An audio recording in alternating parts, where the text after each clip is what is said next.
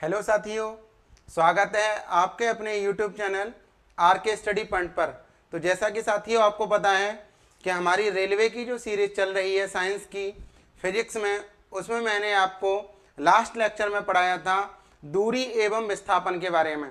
तो उसी को आगे कंटिन्यू करते हुए कि दूरी और विस्थापन से आगे और क्या क्या क्वेश्चन बन सकते हैं, और इस वीडियो में अभी हम सभी कंसेप्ट को एकदम फिनिश करने वाले हैं, क्योंकि अगली वीडियो में मैं इस पूरे चैप्टर के क्वेश्चन की प्रैक्टिस कराऊंगा।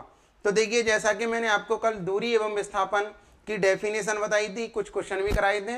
अब मैं बता रहा हूं आपको कि डिस्टेंस और डिस्प्लेसमेंट में डिफरेंस क्या होता है, यानी दूरी तथा विस्थापन में अंतर क्या होता है, वो देखने वाले हैं।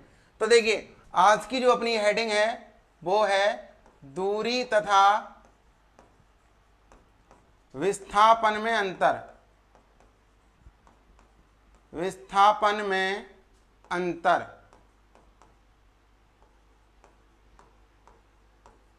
अगर आप इंग्लिश में देखेंगे तो इसको कहेंगे difference between distance and displacement. Distance and displacement यानी दूरी और विस्थापन में क्या क्या अंतर होता है, वो आपको अच्छे से समझना है, क्योंकि क्वेश्चन बनता है यहां से। अब देखिए, एक तरफ आप लिख लेंगे दूरी और दूसरी तरफ आप क्या लिख लेंगे बताइए, विस्थापन। तो देखिए, पहले तो इनकी डेफिनेशन में ही अंतर है। पहले तो इनकी डेफिनेशन में ही अंतर है। देखिए क्या अंतर है इसमें। क्या कहता है, पथ की कुल लंबाई को दूरी कहते हैं। कुल लंबाई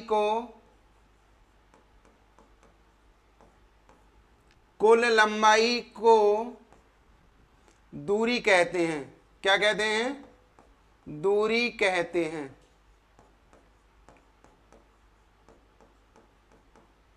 और जबकि उसमें क्या है, उसमें यह है पथ की न्यूनतम लंबाई को, पथ की सबसे न्यूनतम लंबाई को न्यूनतम लंबाई को दूरी कहते हैं। दूरी कहते हैं। जो शॉर्टेस्ट डिस्टेंस होती है पाथ की, उसी को हम क्या कहते हैं, विस्थापन कहते हैं। माफ करें, क्या कहते हैं, विस्थापन। क्या कहते हैं, विस्थापन कहते हैं। जो शॉर्टेस्ट डिस्टेंस होती है उसे हम क्या कहते हैं, विस्थापन कहते हैं। दूसरा पॉइंट क्या है, दूसरा पॉइंट ये है दूरी एक अदिश राशि है। दूरी एक स्केलर क्वांटिटी है, अदिश राशि है, अदिश राशि है। जबकि विस्थापन क्या है बताइए, सदिश राशि। विस्थापन सदिश राशि है। विस्थापन सदिश राशि है। डिस्प्लेसमेंट कैसी राशि है, वेक्टर। ठीक है जी। चलिए देखिए, तीसरा पॉइंट क्या होगा इसमें। तीसरा पॉइंट आपका होगा दूरी हमेशा धनात्मक होती है। Distance always will be positive. हमेशा धनात्मक होती है। हमेशा धनात्मक होती है। जबकि देखिए, विस्थापन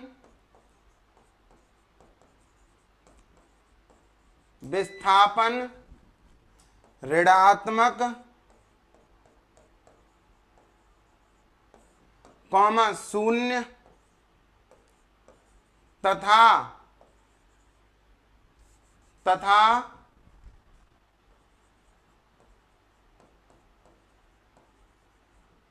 धनात्मक कुछ भी हो सकता है, कुछ भी हो सकता है, जबकि दूरी कैसी होती है, हमेशा धनात्मक होती है, कुछ भी हो सकता है। तो आपको ये पॉइंट अच्छे से लर्न करने हैं। अब देखिए नेक्स्ट अगला पॉइंट आपका और क्या बन सकता है, आप इनका स्क्रीनशॉट ले लेंगे। अब मैं बताता हूं अगला पॉइंट और क्या बन सकता है। देखिए अगला पॉइंट और क्या बन सकता है इसका आपके लिए, अगला पॉइंट और क्या बन सकता है, दूरी एवं विस्थापन का, वो समझेंगे आप अच्छे से कि नेक्स्ट पॉइंट आपका क्या बन सकता है, दूरी एवं विस्थापन का नेक्स्ट पॉइंट। देखिए अगर मैं चौथे पॉइंट की बात करूं आपसे कि चौथा पॉइंट क्या बन सकता है, तो आप कहेंगे दूरी पथ की प्रकृति पर निर्भर करती है, निर्भर करती है। कहने का मतलब है अगर टेढ़ा मेढ़ा पथ है तो ज्यादा दूरी होगी, अगर सीधा है तो कम होगी, पथ की प्रकृति पर निर्भर करती है। जबकि विस्थापन, जबकि विस्थापन विस्थापन पथ की प्रकृति पर, पथ की प्रकृति पर निर्भर नहीं करता, निर्भर नहीं करता है, यह केवल, यह केवल वस्तु की, वस्तु की प्रारंभिक एवं अंतिम स्थिति पर निर्भर करता है, एवं अंतिम स्थिति पर निर्भर करता है। कहने का मतलब यह फाइनल पोजीशन क्या है और इनिशियल पोजीशन क्या है, निर्भर करता है। ठीक है जी, कहने का मतलब मेरा ये है। मुझे आशा है कि आपको ये सभी पॉइंट एकदम अच्छे से समझ में आए होंगे, बिल्कुल अच्छे से समझ में आए होंगे। अब मैं एक दो क्वेश्चन के माध्यम से आपका डाउट और क्लियर करता हूं। मैं एक एग्जांपल ले रहा हूं। देखिए मैं एक एग्जांपल देता हूं आपको, आपको अच्छे से समझ में आएगा, आपको अच्छे से समझ में आएगा कि मैं क्या कहना चाह रहा हूं। जैसे देखिए कोई व्यक्ति, मान लीजिए ये कोई एक व्यक्ति है और यहां से ये 40 मीटर, 40 मीटर इधर को जाता है, 40 मीटर, कितने मीटर जा रहा है ये इधर को, 40 मीटर जा रहा है। और पुनः मान लीजिए ये पूरा 40 मीटर गया इधर को, कितना गया है, 40 मीटर इधर को गया, और पुनः 10 मीटर ये वापस यहां पर आ गया, मान लीजिए 10 मीटर यहां पर लौट के आ गया। तो अब आपसे पूछेगा कि व्यक्ति द्वारा तय की गई कुल दूरी तथा विस्थापन ज्ञात कीजिए। तो आपको पहले तो बताना है दूरी कितनी होगी, दूरी बतानी है, और ज्ञात करना है आपको विस्थापन ज्ञात करना है। क्या ज्ञात करना है, विस्थापन ज्ञात करना है। तो देखिए अगर आप दूरी निकालेंगे, अगर आप दूरी निकालेंगे तो कुल दूरी 40 मीटर ये इधर से गया है प्लस 10 मीटर उधर से लौटा है, तो 40 और 10 कितनी हो जाएगी बताइए, 50। दूरी कितनी हो जाएगी आपकी, 50। यही आपको यदि विस्थापन निकालना है, देखिए विस्थापन निकालना है तो आप कैसे निकाल सकते हैं। मैंने विस्थापन में क्या बताया था, पहले ये यहां पर था, अंत में ये यहां पर है। देखिए टोटल डिस्टेंस कितनी थी, 40, टोटल डिस्टेंस कितनी थी 40, 10 ये और लौट के आ गया, तो अंतिम स्थिति और प्रारंभिक स्थिति के बीच की दूरी 30 मीटर होगी। अरे अंतिम स्थिति और, क्योंकि टोटल है 40, 10 मीटर ये वापस लौट के आ गया, तो ये 30 ही तो बचेगी। तो आप विस्थापन कैसे निकाल सकते हैं कि गया कितनी है, ये 40 मीटर गया है, वापस कितना आया है बताइए, 10 मीटर वापस आ गया, क्योंकि अपोजिट डायरेक्शन में तो नेगेटिव ले लेंगे। तो आपका जो विस्थापन आ जाएगा वो आ जाएगा आपका 30 मीटर। तो आप ऐसे दूरी और विस्थापन को अच्छे से कैलकुलेट कर सकते हैं। जैसा कि मैं अभी एक और एग्जांपल दे रहा हूं, अभी देखिए मैं एक और एग्जांपल दे रहा हूं और मैं आपका डाउट क्लियर करता हूं। जैसे कि एक कोई ये व्यक्ति है मान लीजिए, और यहां से ये आपका 60 मीटर जाता है। कितने मीटर जाता है? 60 मीटर। अब ये पुनः यहां से वापस लौटकर, पुनः ये यहां से वापस लौटकर, यहां से वापस लौटकर, और ये पीछे तक पूरा जाता है 100 मीटर। कितने मीटर जा रहा है? ये पूरा 100 मीटर जा रहा है। तो अब आपसे पूछेगा कि व्यक्ति द्वारा तय की गई कुल दूरी तथा कुल विस्थापन ज्ञात कीजिए। तो देखिए दूरी कितनी होगी, दूरी देखिए कितनी होगी। अब मैं डायरेक्ट निकाल रहा हूं, दूरी कितनी होगी? 60 ये यहां से यहां तक गया था, तो 60 तो आपकी ये हो गई, प्लस 100 ये वापस ये यहां से यहां तक आया है, 100 ये हो गई। तो आपकी दूरी जो आ गई वो आ गई आपकी 160 मीटर, यानी डिस्टेंस कितनी हो गई आपकी? 160 मीटर। अब देखिएगा आपको क्या निकालना है? विस्थापन निकालना है।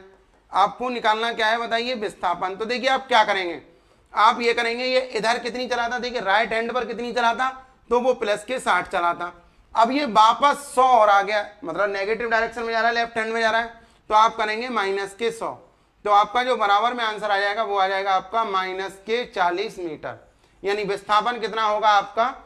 माइनस के 40 मीटर।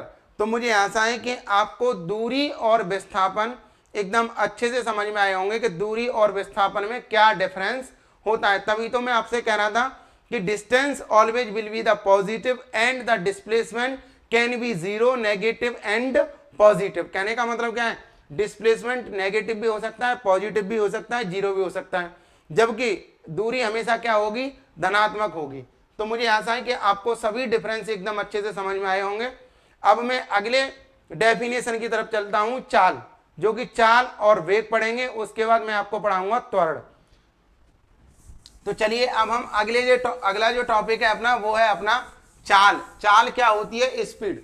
देखिए अब हम पढ़ेंगे चाल के बारे में। चाल को हम क्या कहते हैं बताइए? स्पीड कहते हैं।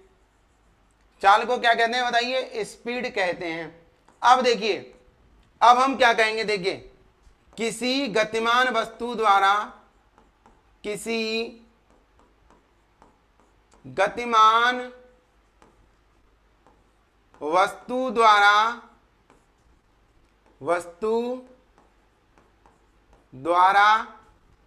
एकांक समय में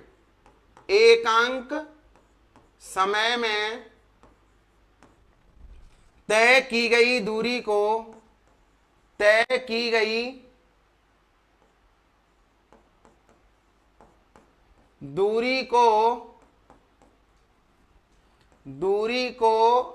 क्या कहते हैं? चाल कहते हैं। चाल कहते हैं। चाल कहते हैं। अतः देखिए क्या कहा है उसने कहा है कि किसी गतिमान वस्तु द्वारा एकांक समय में, तो देखिए चाल बराबर क्या आ जाएगा आपका? उसने क्या बोला है? एकांक समय, तो समय नीचे रखेंगे, समय नीचे रखेंगे, क्या तय की गई है? दूरी, तो आप दूरी ऊपर रख देंगे, तो यहीं से आपका फॉर्मूला बन जाएगा, यानी the distance travel by the moving object per unit time that is called speed. कहने का मतलब क्या है? किसी गतिमान वस्तु द्वारा एकांक समय में, यानी कोई एक फिक्स टाइम में जितनी दूरी तय की जाती है उसे हम क्या कहते हैं? उसकी चाल कहते हैं। जैसे कि मान लीजिए कि आपकी कोई गतिमान वस्तु है, 5 सेकंड में अगर वो 100 मीटर जा रही है, तो आप उसको कहेंगे कि 20 मीटर प्रति सेकंड, यानी एकांक समय में। तो आप क्या कह सकते हैं? अतः चाल बराबर क्या होगा? दूरी बट्टे समय। यहां से इसका मात्रक क्या आ जाएगा? दूरी का मात्रक क्या होता है? मीटर। दूरी का मात्रक क्या होता है बताइए? मीटर। और समय का मात्रक क्या होता है? सेकंड। तो दूरी, चाल का मात्रक आ जाएगा आपका मीटर प्रति सेकंड। क्या आ जाएगा बताइए? मीटर प्रति सेकंड। कहने का मतलब क्या है? चाल का मात्रक क्या होता है?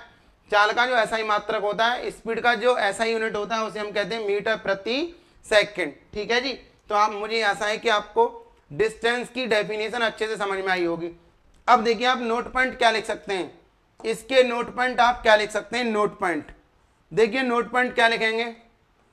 नोट पॉइंट आप लिखेंगे चाल एक अदिश राशि है। चाल एक अदिश राशि है। अदिश राशि है। Speed is a scalar quantity. ठीक है जी, चाल एक कैसी राशि है बताइए? अदिश राशि है। इसका मान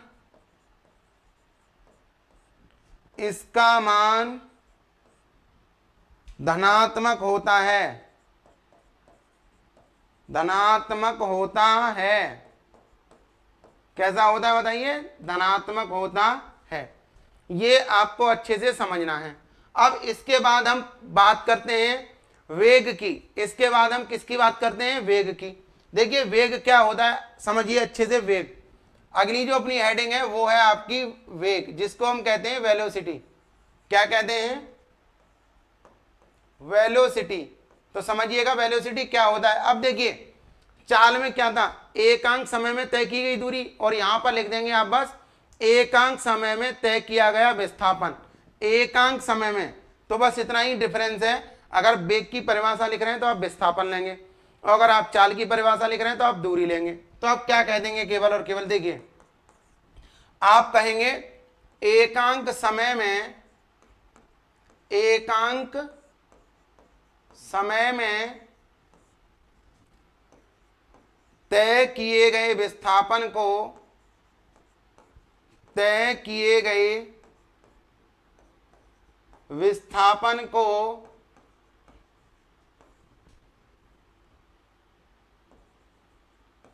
वस्तु का वेग कहते हैं। वस्तु का वेग कहते हैं। क्या कहते हैं बताइए? वेग कहते हैं।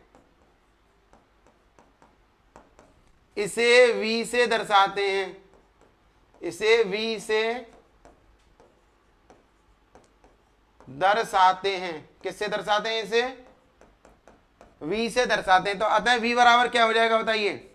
अतः वेग बराबर क्या होगा? अतः वेग बराबर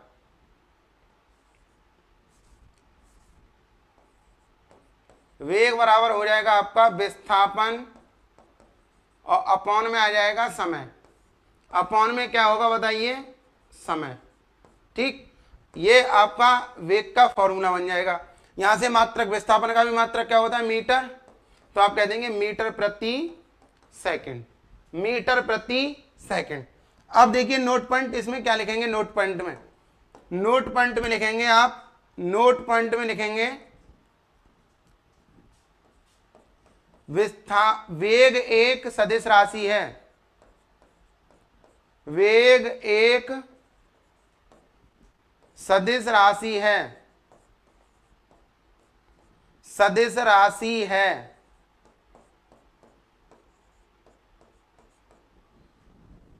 इसका मान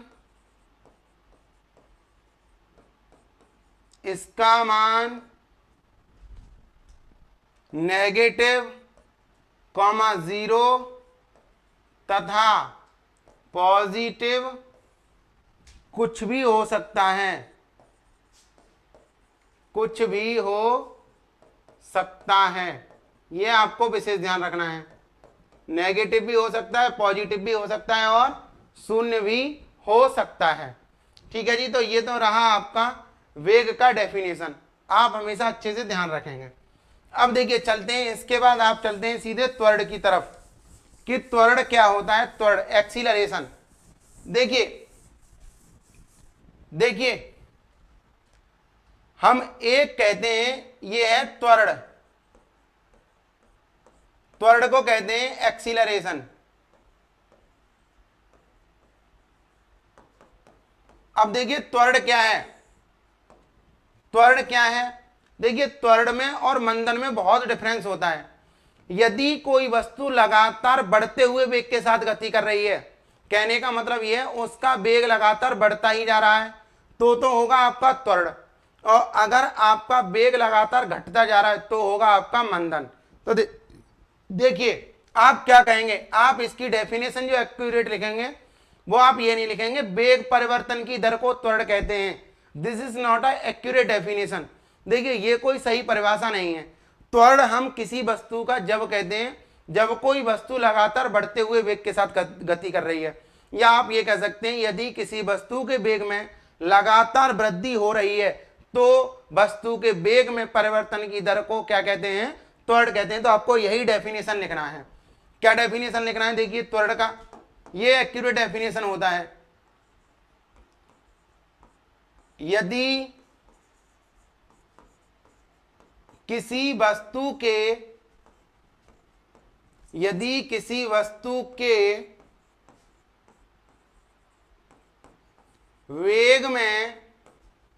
वेग में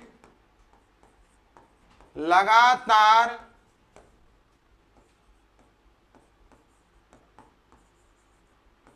वृद्धि हो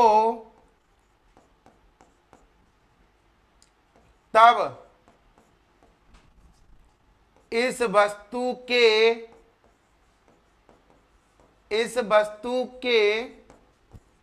वेग परिवर्तन की दर को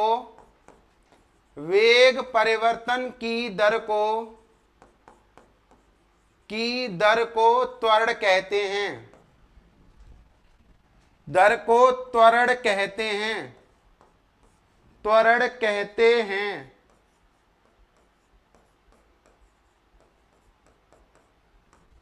इसे प्लस ए से दर्शाते हैं, क्योंकि हमेशा पॉजिटिव ही देगा जब वृद्धि होगी तो दर्शाते हैं। आप प्लस लिखें या ना लिखें कोई फर्क नहीं पड़ेगा। तो देखिए इसका मतलब क्या, त्वरण क्या आ जाएगा आपका, त्वरण का फॉर्मूला आ जाएगा आपका, अतः त्वरण बराबर क्या आ जाएगा फॉर्मूला आपका, त्वरण बराबर आपका आ जाएगा वेग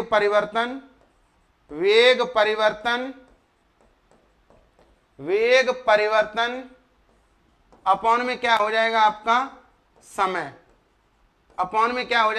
समय, या समय में परिवर्तन भी लिख सकते हैं, कोई दिक्कत नहीं। तो अगर आप त्वरण को ए से दर्शाएंगे तो ए बराबर आ जाएगा आपका डेल्टा वी, परिवर्तन को यही कहते हैं डेल्टा, अपॉन डेल्टा टी, आप ये भी कह सकते हैं। मात्रक क्या आ जाएगा, देखिए मात्रक, वेग का मात्रक क्या होता था, मीटर प्रति सेकंड, वेग का मात्रक क्या होता था, मीटर प्रति सेकंड, और समय का मात्रक और सेकंड है तो मीटर प्रति सेकंड स्क्वायर।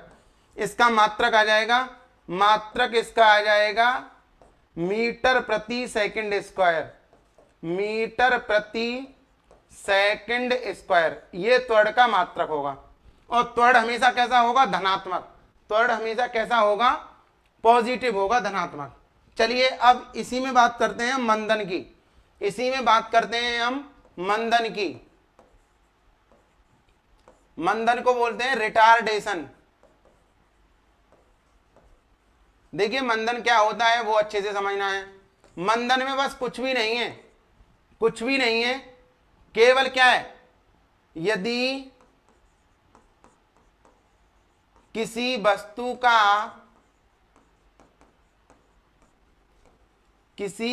का वेग लगातार कम हो रहा हो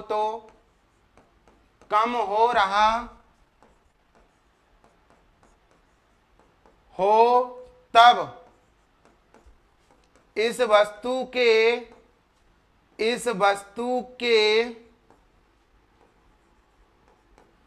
वेग परिवर्तन की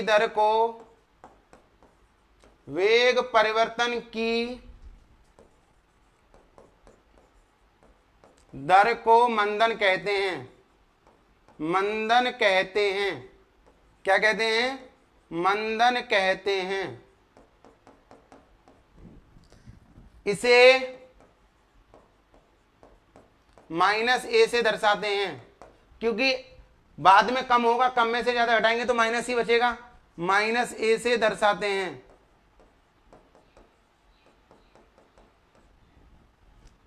अब देखिए नोट, तो क्या लिखेंगे आप, माइनस ए बराबर delta we upon delta T, मात्रक इसका भी क्या आ जाएगा, मीटर प्रति सेकंड स्क्वायर। कहने का मेरा मतलब यह है कि अगर किसी वस्तु का वेग जैसे पहले चल रही थी 10 मीटर पर सेकंड स्क्वायर के वेग से, और बाद में उसका वेग 2 सेकंड बाद ही अगर मान लीजिए 5 मीटर पर सेकंड स्क्वायर हो जाता है, तो 5 में से यदि आप 10 घटाएंगे तो माइनस का बचेगा, और इसी को कहेंगे हम मंदन। दोनों ही त्वरण एवं मंदन दोनों ही कैसी राशि हैं, सदिश राशि हैं। यदि वेग घट रहा है तो उसको मंदन कह देते हैं और बढ़ रहा है तो उसको हम त्वरण कहते हैं, जबकि दोनों ही सदिश राशि हैं। तो साथियों, इसी टॉपिक के साथ अपना ये कंसेप्ट क्लास पूरा फिनिश होता है। मुझे आशा है कि आपको ये क्लास अच्छी लगेगी। आप हमारे चैनल को लगातार सब्सक्राइब कराते रहिएगा और नोटिफिकेशन भी ऑन कर लीजिए, जिससे कि वीडियो आपको समय पर पता चल जाए। धन्यवाद आप सभी का बहुत बहुत।